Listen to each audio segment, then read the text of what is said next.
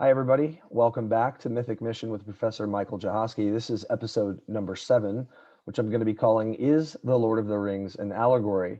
And there's no more contentious question in Tolkien scholarship than that one. So we're going to be talking today with Dr. Devin Brown, who is a Lilly Scholar and Professor of English at Asbury University, where in addition to other literature classes, he offers a course on Lewis and Tolkien. He's also the director of Asbury's first-year honors seminar, and has a PhD from the University of South Carolina and a master's degree from the University of Florida. Go Gators. My wife is a Gator.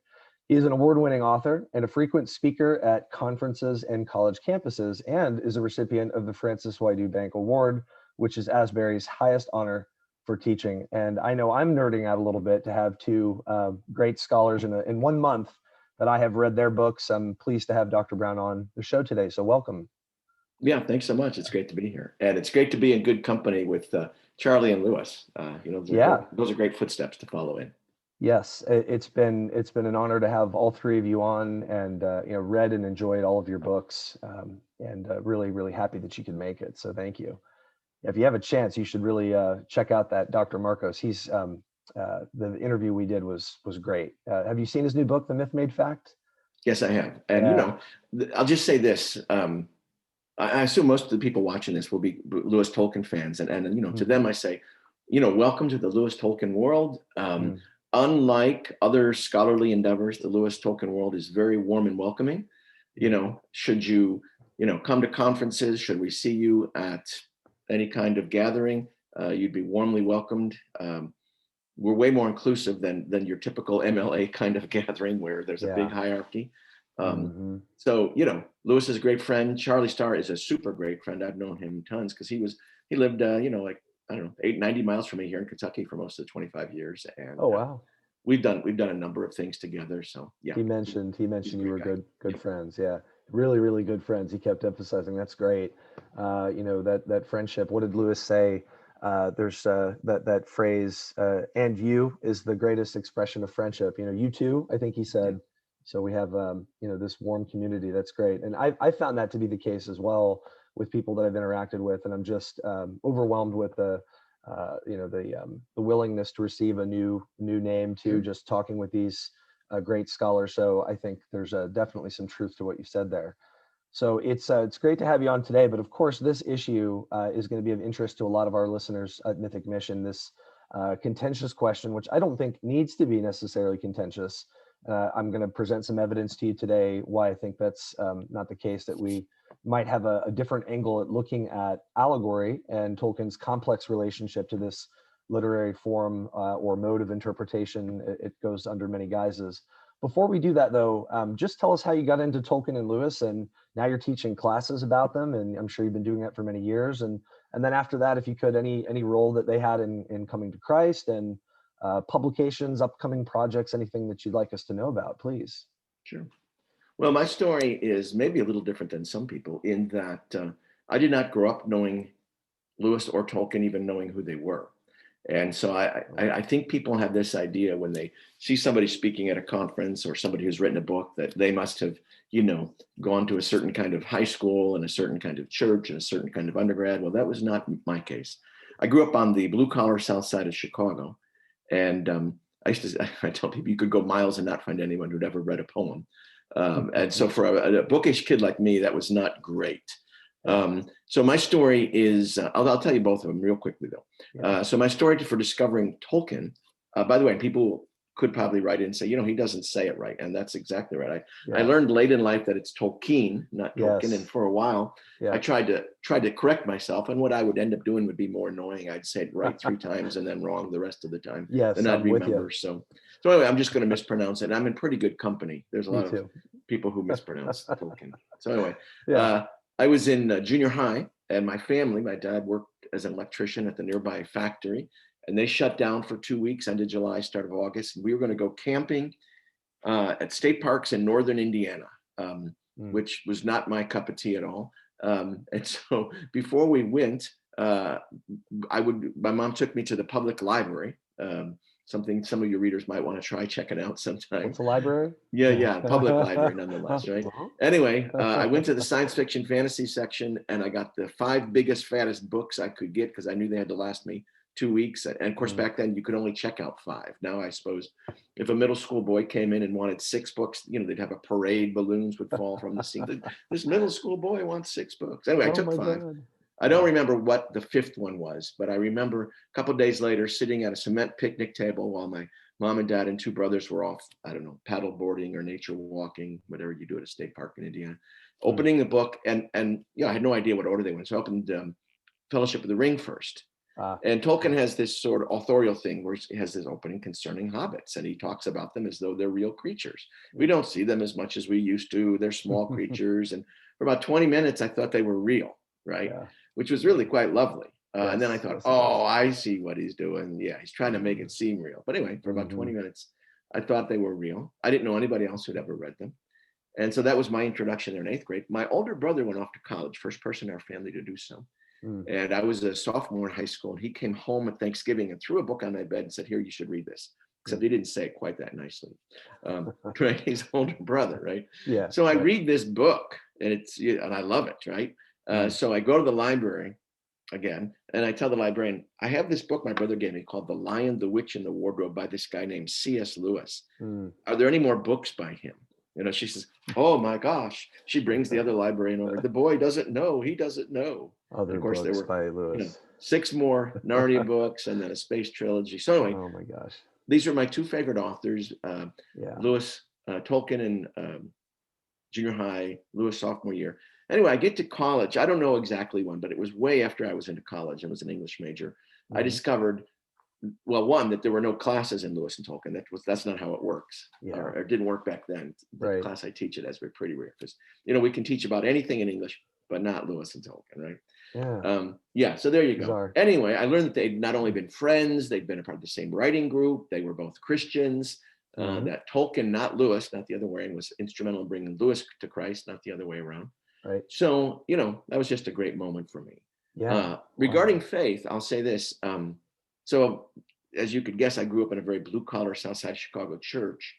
And, my mom and my 2 brothers and I went every Sunday.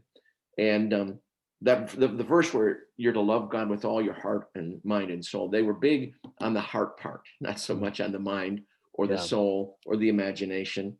Right. And so for me, Lewis and Tolkien didn't bring me to Christ, but they certainly expanded what I thought about the Christian world and nurtured both my mind and my imagination, and really accompanied me all through my Christian journey and still do. So wonderful story. Yeah, I agree. It's the ability to appeal to both the imagination and the affections of the heart and the mind, the intellect, that makes Lewis and Tolkien so obviously not only holistic, but just enchanting is a great word for it, and deeply realistic too. It shows us a world that we really want to belong to, the way the world ought to be, I would say.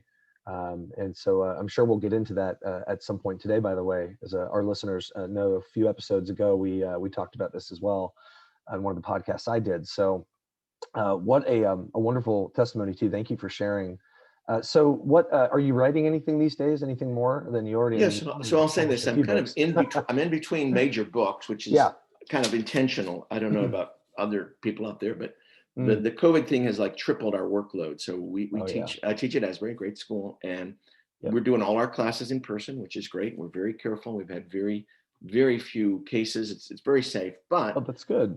We have kids rotating in and out who have been in contact with somebody, and so they're on Zoom synchronously while you're teaching, high flex. So that means everything you're doing in the classroom also has to be reproduced online. So it's like teaching 2 classes for everyone. So I will be particularly glad when this phase of my Asbury career is over. I don't have a better solution. I'm glad we're doing what we are. I'm very glad to be back with students, but so no books right now. I have a couple chapters. I have to do a couple chapters. So let's see. One is a chapter that'll be out soon called Protestantism and Christianity and cinema. Right. So they're doing movies that reflect Protestantism, and very good. I got invited to do the Narnia movies, and so I get to give my two cents worth about the movies.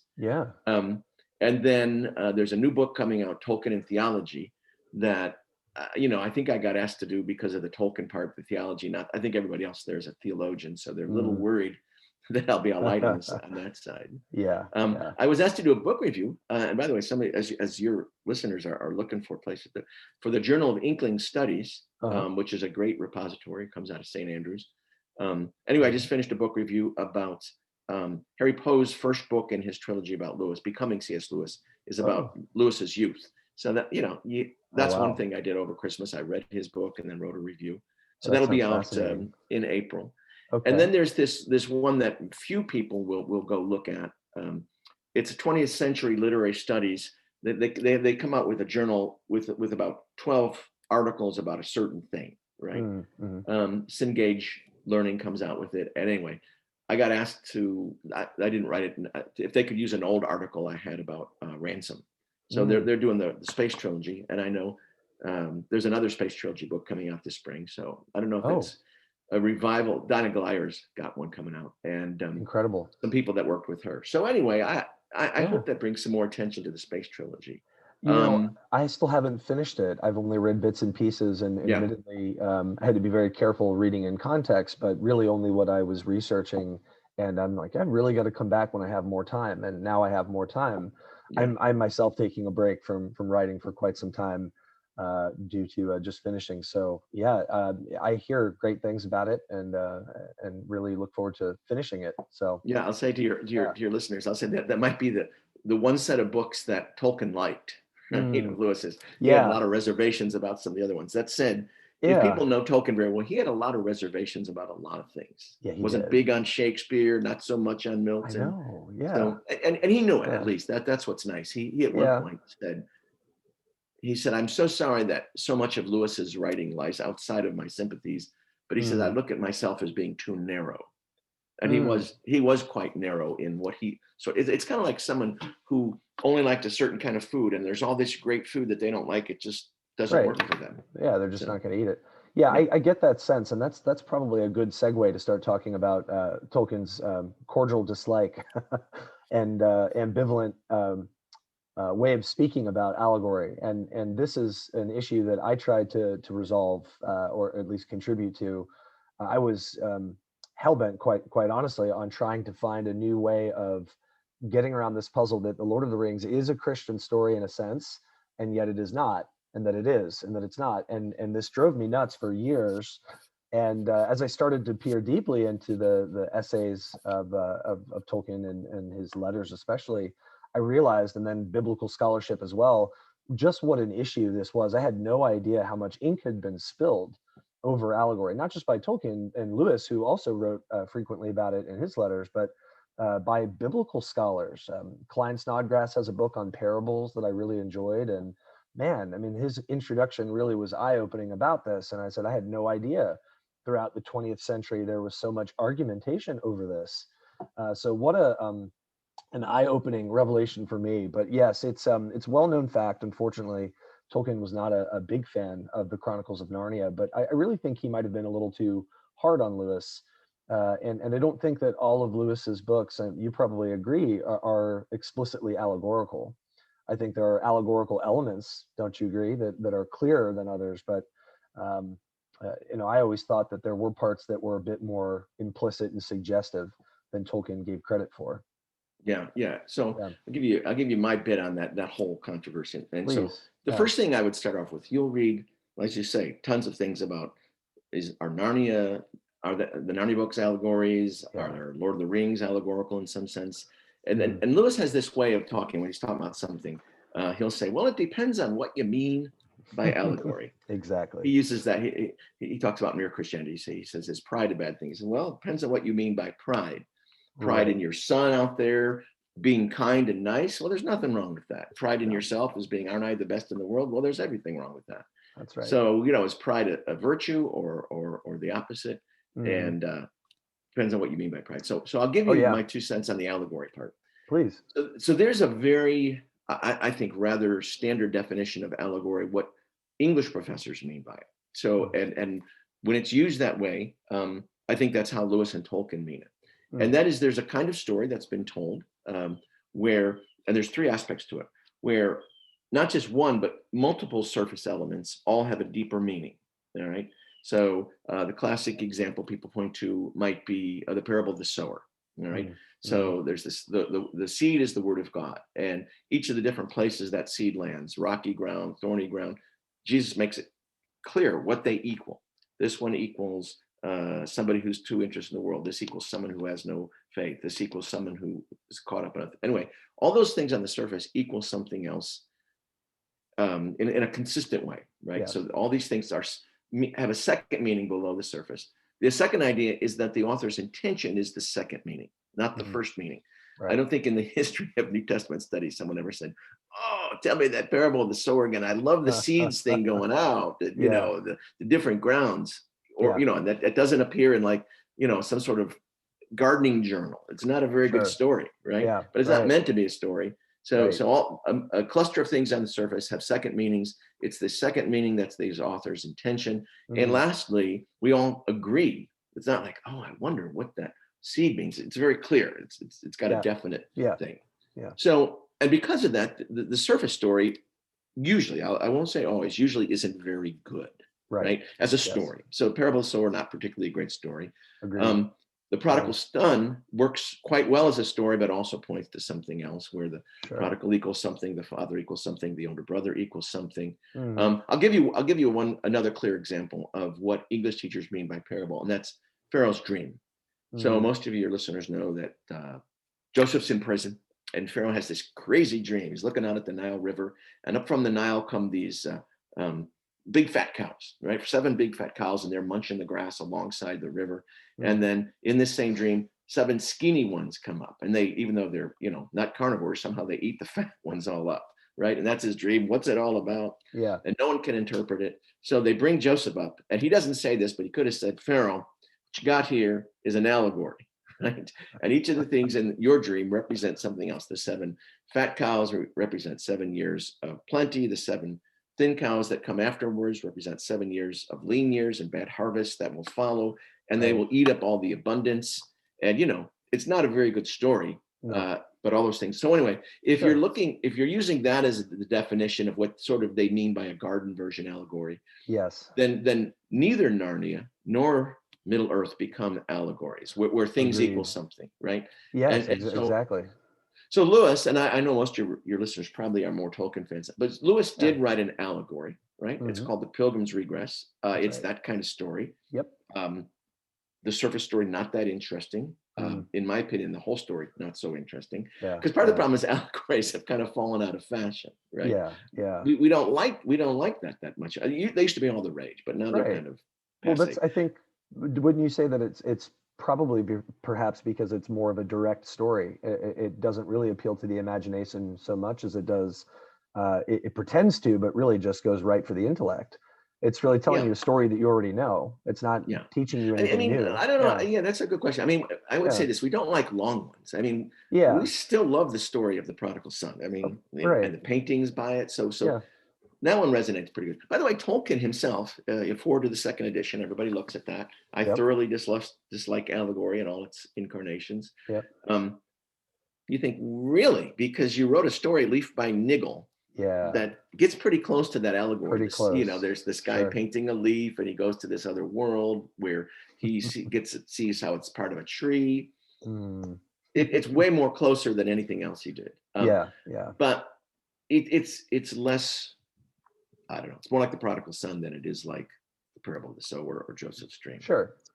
Yeah. So then I guess the last thing I'll say is so there is something in human nature that likes to find this secret unseen meaning, right? Sauron, I know, he's Stalin, right? No, he was Hitler. Okay. Right? Or Barad-dûr, that must be Berlin, the divided one, right? No, I think it was Stalingrad, you know. And they do this with Narnia a little bit easier. They say, you know, Peter Pevensey. Well, there was a Peter in the Bible, High King Peter, so he must equal Peter Pevensey. And then he said, no, but Peter denied Christ. Edmund must be Peter, right? No, I thought Edmund was Judas, right? And Parallel mania. So they start get going with the equal signs. And then they want the white witch, I guess, to be Pontius Pilate. I don't know. That's Anyway, a, it doesn't work. It yeah, doesn't work. wow. It doesn't work. And Lewis No, himself said, look, that's not what I was trying to do. I wrote one of those things. It's called Pilgrim's Regress. right. He called it a supposal. Yeah, Um, that's right. That's and he right. used words like, we would use words like Christian parallels or Sure. something like that. And you clarify that in the introduction of your book. By the way, I wanted to mention that, and I read it years ago when I was starting to research my book, and it was very helpful in laying out this analysis of Tolkien and allegory, and I think you even mentioned Lewis too. But you talk about using the word resemble or parallels, but not equals or is or represents, and I thought that language is a tricky thing, and that was extremely helpful when I was trying to find the right wording for what I'm trying to do and was doing in my book, because it's very difficult because you want to respect the rights of the author, and you don't want to, especially with someone like Tolkien, you don't want to say something that would violate his many comments on this topic. But that's very helpful. The overview you've just given us. I'd like to kind of add to this and kind of show you where my research meandered in a similar direction and see what you think about this. But it's well known about the forward to the second edition of the Lord of the Rings, where he says, "I cordially dislike allegory." But I think lesser known is a couple other places, and Joseph Pierce actually pointed this out in his book, Frodo's Journey, first to me, and it was wow, okay, I didn't know that. But in letter 186, he says, "Of course, my story is not an allegory of atomic power, but of power exerted for domination." And Pierce comments, the Lord of the Rings is an allegory, just not, and here's the second reference, it's not what he calls more specifically in letter 131, a conscious and intentional allegory. Now, I noticed in Lewis's writings as well, maybe some of his letters, I'll have to double check. He makes a big fuss over, and you just mentioned this as well, the intentional part. When it's conscious and intentional, it really is the purpose domination of the author, like Tolkien says, and it really does kind of shine very clearly through the story. And now it's very clear that this story is really a story you already know. We're just tapping you on the shoulder to remind you that you know this story, and we're thinly disguising these characters, but they really mean this.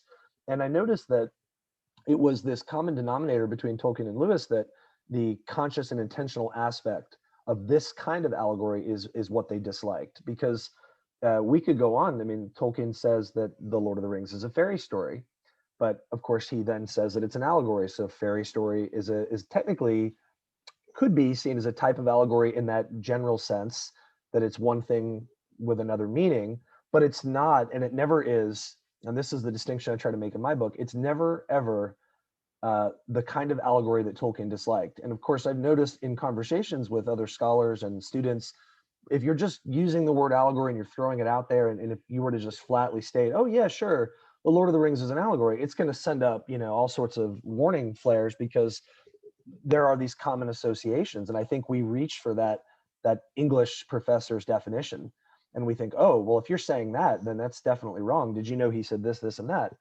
And obviously we do, but I think there's much more to it than that. And so I explain that, we can look carefully how he talks about allegory, and there's kind of a spectrum for him, I think, and it's really more important how these stories work, not so much what we call them. But I kind of discovered that on one end is this conscious and intentional allegory, where the allegorical mode, because this is something some scholars I've read made a big fuss over, is that there's a difference between allegory as a composition, but then allegory as a mode that dominates. And the conscious and intentional allegory is so dominated by that kind of language that the whole thing really becomes quite clear. And then on the other end of the spectrum, you might posit that it's the fairy story, which one of Tolkien's friends actually draws comparisons to the New Testament parable, but not as people usually understand parable. And Robert Murray, as you know, was very careful to say what he meant by this. But this type of story is not at all like that type of story. It's much more indirect. It's much less allegorical, although, of course, it does have inevitably some components. And Tolkien even says in his letters, those elements are kind of to draw you in, make you think you know what the story is about, but you really don't. And then this type of story, this fairy story, perhaps parable, is much more suggestive. It's much more indirect, and it keeps you kind of guessing. You think maybe this equals that. No, that's not quite right. That's not a clear connection. But it gets you thinking about some sort of flash of insight, and then it takes it away. And it's very hard, of course, to describe this, which is why it took me so long to write my book. But I think that's the kind of story, of course, that Tolkien wrote. And I think it's not that he was confused about allegory, but that it's such a multivalent term, and it really has so many different understandings. And Lewis was right, as you said, it all depends on what do you mean by allegory. And, are we talking about mode? Are we talking about model? Are we talking about composition? Are we talking about this, that, or the other thing? And it gets very confusing. So it's been fun to write the book. I'm glad it's done for that reason. But I've got more to say on the issue. But I think this is kind of the direction I wanted to start showing people, that maybe there's a different conclusion we can come to. And I guess the next big part of today, I wanted to talk to you about this. Have you read that essay in Joseph Pierce, Tolkien, The Celebration, by Father Robert Murray? Mm-hmm. It's called Tolkien and the Art of the Parable. Have you looked at that? Yeah, a long time ago, sure. Yeah, it's from 1992, of course, so it's an older essay. I think it was a sermon that he gave for the centenary for Tolkien's birth, but it was a really revelatory essay for me, and really kind of started to show me that there may be a connection between how Tolkien understood fairy story and the way that it functions, and its similarities to a kind of a higher understanding of parable. Whereas parable normally is kind of understood as that level of allegory, that it's a earthly story with heavenly meanings, which of course is not really what Murray thinks about parable. And what I discovered, what many of the biblical scholars that I consulted also have a higher definition of parable, which I was pleased, because I grew up probably like most people thinking, well, parables are just moral stories, and do your homework, brush your teeth, stupid reminders, and that's it. And they're kind of well, that kind of story, you outgrow them. And I was pleased to see that there's a different perspective on that. So do you think that this is a direction, Tolkien scholars I'll jump in and I'll say this, couple things is, what do you think? So Jesus's disciples, let's just assume there's this moment, some sunny afternoon, when they say, Jesus, tell us about God's love. Tell us about the Father's love, right? Mm-hmm. So Jesus, scratches his chin a bit and says, gosh, how could I tell you about God's love? How could I tell you about it? Well, He doesn't write him a theological essay. He doesn't give some sort of expository lesson. He tells the story, once there was a man who had two sons, and the younger said to the father, give me my share there. And by telling him that story, right, how the father was watching and ran out and embraced him, he says, that's God's love. And so when you read that, what it engages you, you inhabit it. It also doesn't just tell you about God's love, you feel God's love. Shows you. And God's love is infinite. We're infinite. How can you convey that? Well, through the use of the imagination. You get sort of the tip of the iceberg, but your imagination fills in this great vastness below. Yes. The other way I go often is people always go to the second edition and talk about Tolkien, what Tolkien says about allegory. They might say a bit more about the applicability part, right? Tolkien says people often confuse allegory with applicability. And it's clear that's where he was going. He was going for the applicability part, which is what? When you start talking about hobbits and dwarves and elves and even wizards in the Lord of the Rings, it's clear you're talking not about a hobbit heart or an elf heart or a wizard heart, but the human heart. Right. And Auden wrote that Tolkien talks about the only nature he knows, which is human nature, right? So the same sort of things that tempted Saruman tempt you and me, right? The same sort of struggles that Gollum or Bilbo or Frodo have, we have. So there's an allegory, right? And which is to say, the heart we're seeing and the condition we're seeing in the Middle Earth is the human condition and the human heart. Right. And so there's where you get the applicability. So someone reads, Two Towers, and they think, man, Saruman really reminds me of, and you fill in, some sort of dictator politician going wrong, right? Yes. And Tolkien would say, yes, of course he does, because that's how bad people act, bad politicians, bad leaders, that's how they act. And so for you to see whoever you fill in the blank, your evil Uncle Nate in Saruman is just fine, because as he said, that's not me telling you what your Uncle Nate's like, it's you doing the work. So I'm not imposing my view on you. I'm depicting what these kind of people act like. And this is what happens with power, right? Yes, yes. And let me show you Denethor. You're going to find somebody that like that. You're going to find somebody who's like Faramir, right? Sure. Because he's showing us the human heart. And Right. so there's no wonder we see people from the primary world, us, Mhm. embodied in the secondary world. We're supposed to. And part of this is an answer of why do we find the Lord of the Rings so, I don't know, moving, so very important to our lives. Yeah. And of course, the answer is it's a myth, right? And Sure. we have two meanings by myth. And one of my favorite stories is when we're at Lothlorien, right? And Galadriel comes whipping down to see Frodo and Sam, and she says, "Ah, Sam, I heard that you would like to see some elf magic." Because he says, "Oh, Frodo, I'd really love to see some elf magic." So she says, "I'm going to show you some, but before this, Tolkien the linguist jumps in, right? Yeah. And he says, she says, although it kind of puzzles me why you call what I do and what Sauron does by the same name, i.e., magic, right? Mm, When they're two very different things." And the answer yes. is, well, that's how language works. Often we'll have one word for two different things, right? Yes. So, Exactly. so we have the word myth, and it has a number of meanings, and they're both fine. Hmm. We do have sometimes we use the word myth to suggest something that isn't true, right? It's Right. been told that it's true. Like, for example, there's a myth that English majors can't get jobs, right? Yes. And in fact, they Exactly. can get jobs, but it's Yes, they being told can. there. Sort Yeah. of a small myth. And there's this other capital myth that has the same words, just like Galadriel will say, to use to describe something the opposite of this untruth. It's something, a great truth. It's a truth for all time. It's the kind of truth that in a story that tells us who we are and what we're to do and why we're here. And it's passed Hmm. down from generation to generation.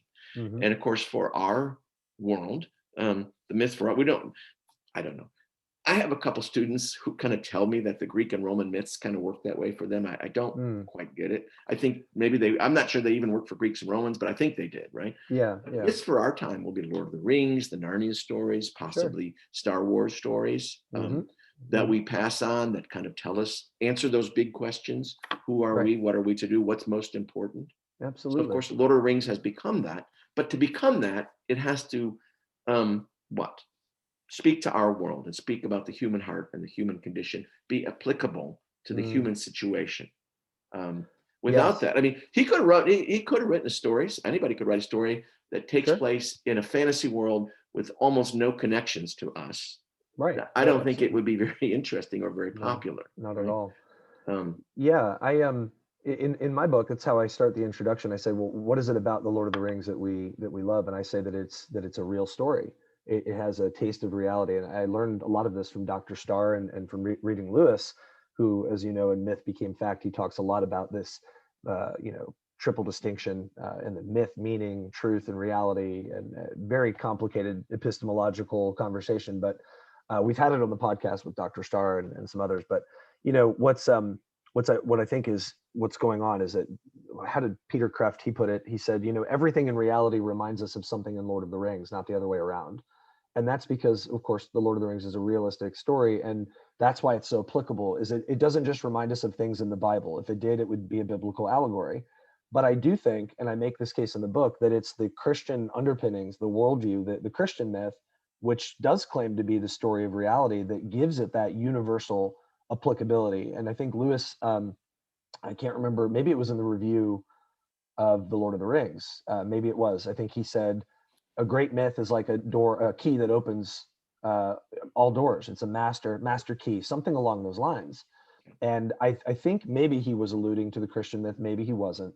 But I certainly know, I feel very confident that both men would agree that the Christian myth has this universal appeal, is that it is the myth that makes sense of all other myths. It's the one that has universal applicability because it speaks to all God's imagers, and we're all made in God's image. And of course, we're going to maybe hear something different than somebody around the world would hear, but we're still going to hear it nonetheless. And so I think for me, trying to make sense of how the book had affected me over the last 20 years that I've known it, 20 years now, it was that it always felt urgent. Middle Earth always felt, and I feel this way about Narnia too, like this is a world that I really want to live in. And I don't mean it in this escapist sense. And I think most people make that mistake. I think in On Fairy Stories, Tolkien kind of says it's an escape to reality. It's a better reality, one that we glimpse in these stories. And that's for me personally why I've always loved these stories, is because they felt real, and even more real than the world that I'm living in. And this one is so much it's boring compared to the way that Tolkien and Lewis talk about how reality ought to look. So I think that's really the power of the stories for me. And I think it is that myth that, Starr talks about as a unitive experience, that we have to swallow it whole, right? We have to receive it as a myth. We can't help, we talked about this, he and I, about you can't help but abstract it. Tolkien said, you can't help but use allegorical language. We're kind of doomed to do it. But as soon as we do it, we're back in that we're back in that tragic dilemma where we're abstracting the meaning, and now we're either knowing and not tasting, or tasting and not knowing. And man, that's a bummer. It's not a fun experience, but that's what it, I guess, means to be human. No, let me add a couple of words. By this is the Christian World, The Hobbit, that we mentioned earlier. Great book, please. So Lewis's insight on Tolkien, I think, are particularly valuable. He was the first person to read all this stuff. So his review in 1937 in the Times Literary Supplement of The Hobbit, right? Yeah. He says, this book will be funniest to its youngest readers, and only years later, on a 10th or 20th reading, will they begin to realize what depth scholarship and profound reflection have gone to make everything in it so ripe, so friendly, and in its own way, so true. Right? So there it is, so true from the very beginning. And later, he writes this review about Fellowship of the Ring when it comes out. Why, if you have a serious comment to make on the real life of men, of course he meant men and women, must you do it by talking about a phantasmagoric never land of your own? If you want to say something serious about our world, why would you go to this fantasy world? Right. Lewis's answer was that placing the elements of this world into a mythic world, as Tolkien did, allows us to, as you said, see them more clearly in ways that are more poignant or powerful. When we journey to Middle Earth, Lewis concludes, we do not retreat from reality, we rediscover it. That's the line, yes. And what does he say? By dipping apple and bread into myth, and the real things are more themselves as the story lingers in our mind. Lewis said such a way with words. I wish we could all be so clear and lucid in our articulation of these big ideas. There's a rightness. As soon as you hear that sentence, it's like, yep, that's it. That's it. I don't need to say anymore. I don't need to say anymore. There it is. And I love that. Yeah. And that image, that's the thing, is it's the power of images that really, as that concrete experience that Starr talks about, that it just goes right into us and makes immediate sense. And okay, that makes sense to me. And so it's profound, yes. And I wanted to make sure that the readers knew about your book. So thank you for holding that up. The other thing I'll add, by the way, is I'm with you when you say, I'd like to live in Middle Earth or Narnia, right? I'm here in Lexington, Kentucky, and it's fine, but it's nowhere near as cool as those places. Except that exactly the one thing I will say, is that when we return back to our world, it's not, let me go back to two kind of stories. And Lewis talked about two kind of stories. So when I was back there on the south side of Chicago, before I was reading Lewis and Tolkien, I was reading another series of books that I don't know if people today still know about, the Hardy Boys books, right? And so I would read about the Hardy Boys, and one was 16 and he could drive a car, but one was only 14. So he could only drive a motorcycle or an airplane or a submarine because he was too young, right? And so I would read about their exploits, and they're catching international spies and all that sort of stuff.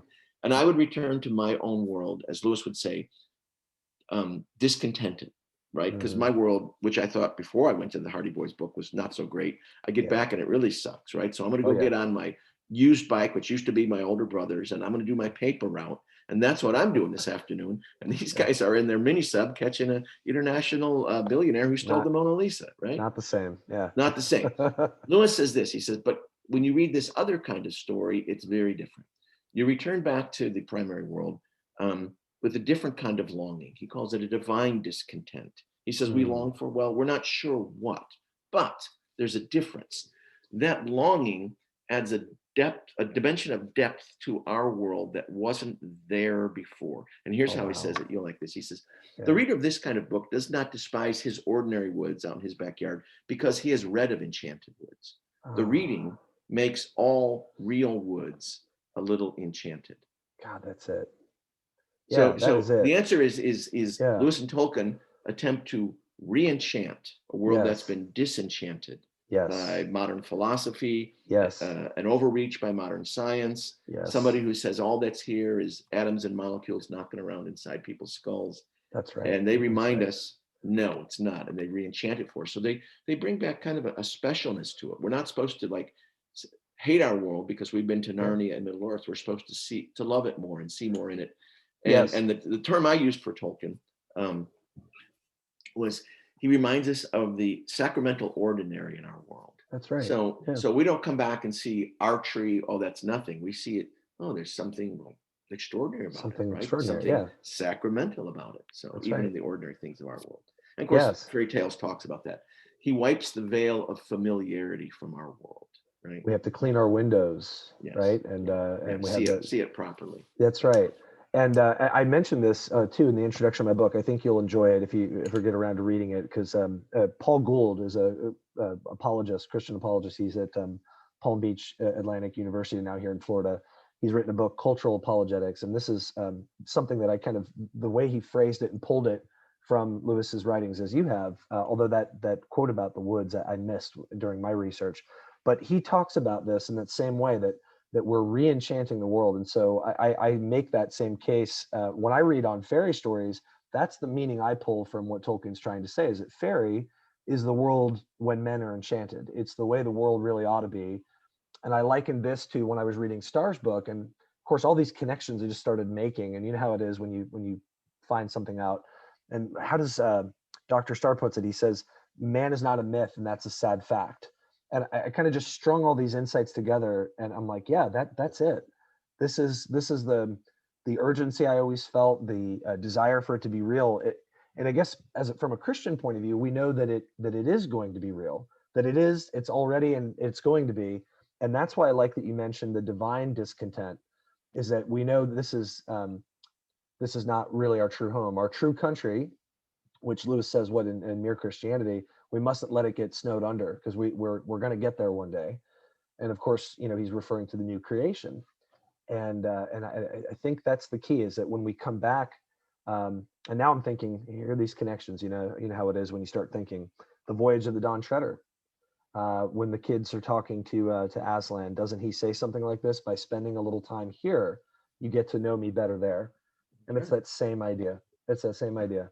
When they're on the beach there towards the end, it's great.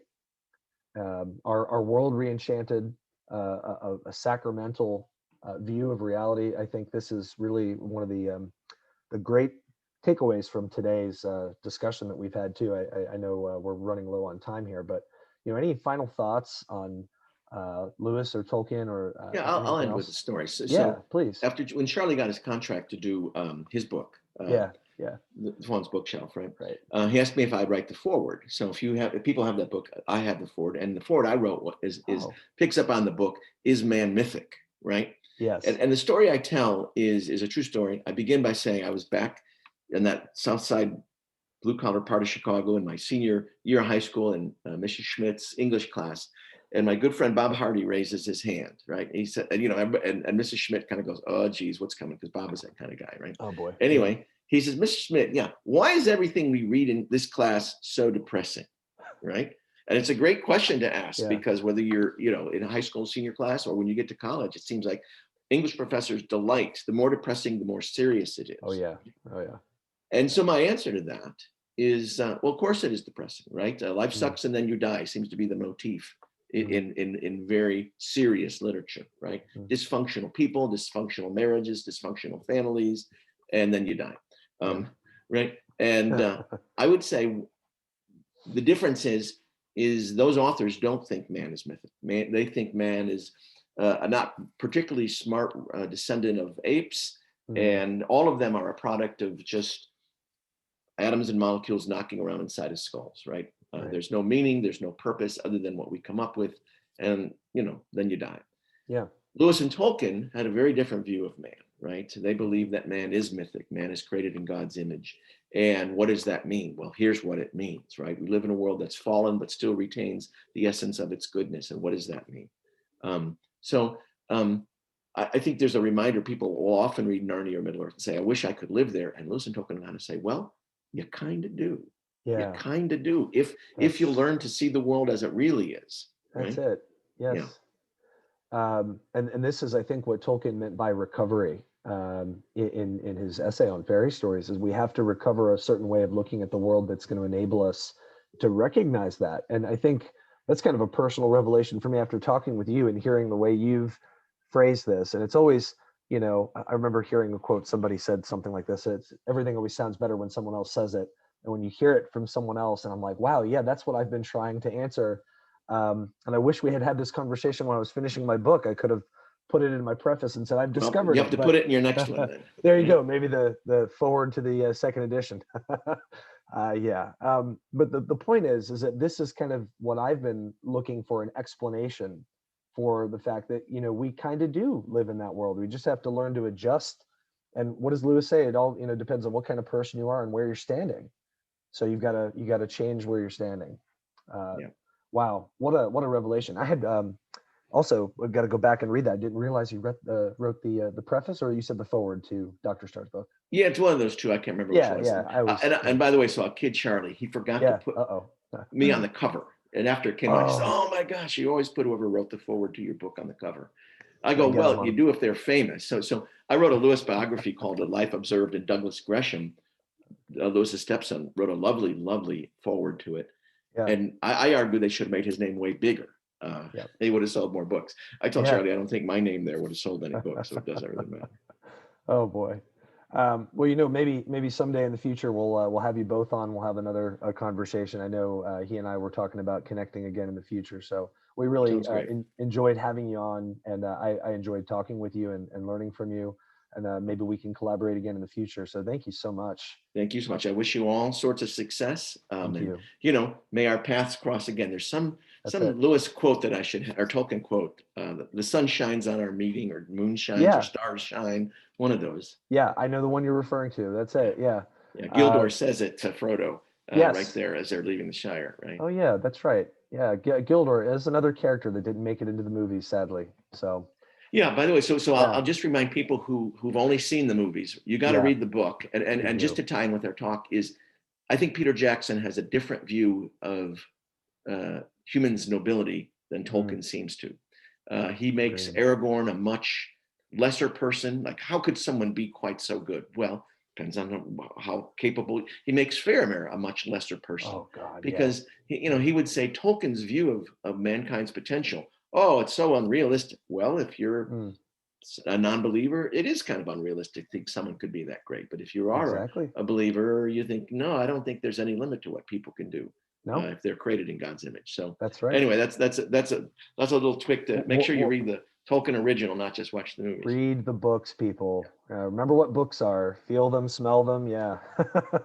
Well, maybe in the future, I know my wife and I want to do something on the films and talk about it. And people are always asking me, I'm sure they're asking you too, the differences. And I always thought, I think it was Arwen, Liv Tyler's character, right, that replaces Gildor when they're on their flight Yeah, to the Ford. And so I'm like, oh, that would have been such a Glorfindel. She replaces oh Glorfindel. Yeah, that's right. Glorfindel, right? Okay, Yeah, yeah, yeah. Gildor. That's who Frodo meets in the Meets on the wilderness. start at the front end. Yeah. That's right. Okay, yeah. Well, yet So yeah, another. she comes riding out to save them from the Yeah, wraiths. Right. It's a great scene. and it is a great scene. I'm glad that another female character has a prominent place, but just people need to read the books to see how they're different. Yeah, So that's good. Well, thank you again, Dr. my Brown, for coming pleasure. on the show. We'll see you next time. Thank you for Yeah. listening. Take care.